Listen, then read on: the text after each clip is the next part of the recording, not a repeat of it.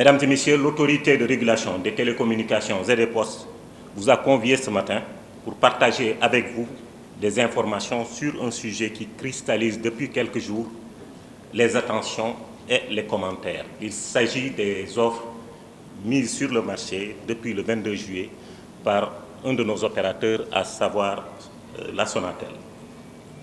Toutefois, mesdames et messieurs, avant de rentrer dans le vif du sujet, pour une meilleure compréhension de la démarche de la RTP, nous avons estimé nécessaire de vous faire l'économie de nos missions sur la régulation tarifaire en particulier.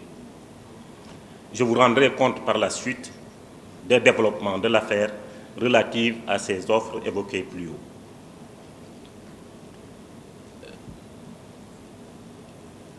Mesdames et messieurs, nous avons d'abord eu à faire face à des plaintes déposées par les associations des consommateurs suite à ces dites offres dont j'ai parlé plus haut.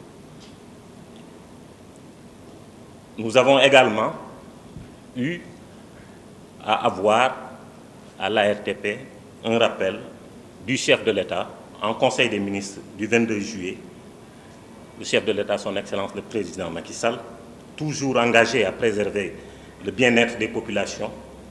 Donc un appel à l'ARTP de demander de veiller davantage à la qualité du service délivré par les opérateurs aux usagers, ainsi qu'à la soutenabilité des prix et des tarifs appliqués aux consommateurs. Par la suite, nous avons eu à entreprendre beaucoup d'échanges avec la Sonatel, échanges qui ont donné à une injonction faite à l'opérateur par la RTP. La première étape a été, dès la mise donc, sur le marché de ces offres, faite par la RTP de demander à Sonatel d'informer par des supports de communication appropriés les consommateurs sur les nouvelles offres et leur contenu et de répondre à leurs interpellations par lettre en date du 24 juillet 2020. La deuxième étape a consisté à organiser une rencontre le 6 août 2020 avec les associations de consommateurs, rencontre au cours de laquelle les dites associations ont exposé leurs griefs à l'encontre de l'opérateur. La troisième étape a consisté à convoquer le directeur général de la Sonatel le 10 août 2020, où l'occasion lui a été donnée d'apporter des arguments par rapport à la saisine des consommateurs, des associations de consommateurs, et fournir ses propositions de sortie de crise. La RTP a ensuite fait injonction à Sonatel, par courrier en date du 10 août 2020, de suspendre jusqu'à nouvel ordre, conformément à la législation en vigueur, et à titre conservatoire les offres objets des saisines, le temps de poursuivre l'instruction. La RTP a enfin fixé un délai de suspension des offres en question, par courrier en date du 12 août 2020, pour tenir compte des exigences techniques relatives au système d'information et de la facturation. En effet, à la faveur d'une régulation tributaire de son contexte, nous avons estimé que l'arbitrage attendu du régulateur ne saurait se faire sans la prise en compte des intérêts des consommateurs et du contexte actuel lié à la pandémie causée par le coronavirus. Dans ce cas précis, l'application stricte de la règle de droit pourrait ne pas aller dans le sens de l'intérêt général, alors qu'en tout état de cause, la poursuite du dit intérêt général doit inspirer toute institution investie de mission de service public comme la RTP.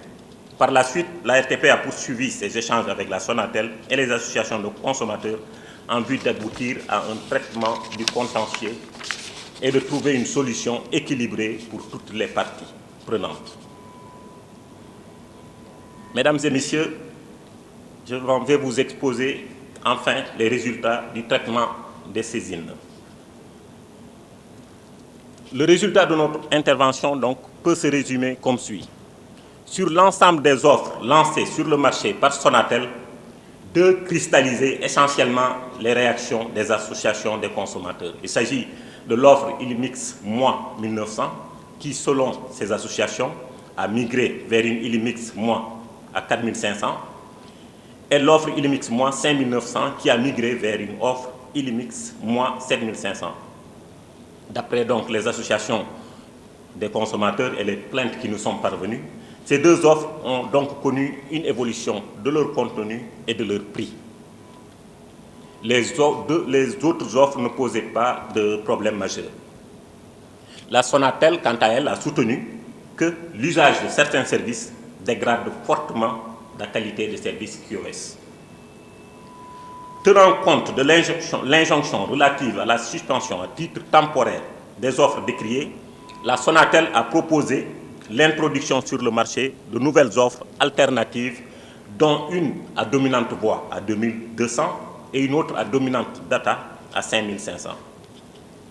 Il est important de rappeler qu'au profit du consommateur, les prix des deux offres décriées sont passés pendant la période de l'instruction des plaintes, respectivement de 1900 à 4500, finalement à 2200 pour l'offre à dominante voix, avec 50 minutes de communication voix, tout réseau en sus et une baisse du volume data.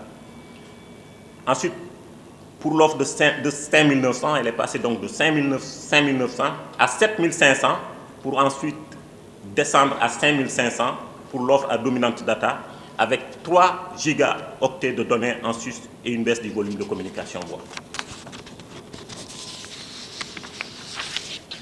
L'ensemble de ces mesures devrait permettre aux consommateurs de disposer d'une large palette d'offres lui permettant d'exercer le libre choix en fonction de ses usages et de son budget.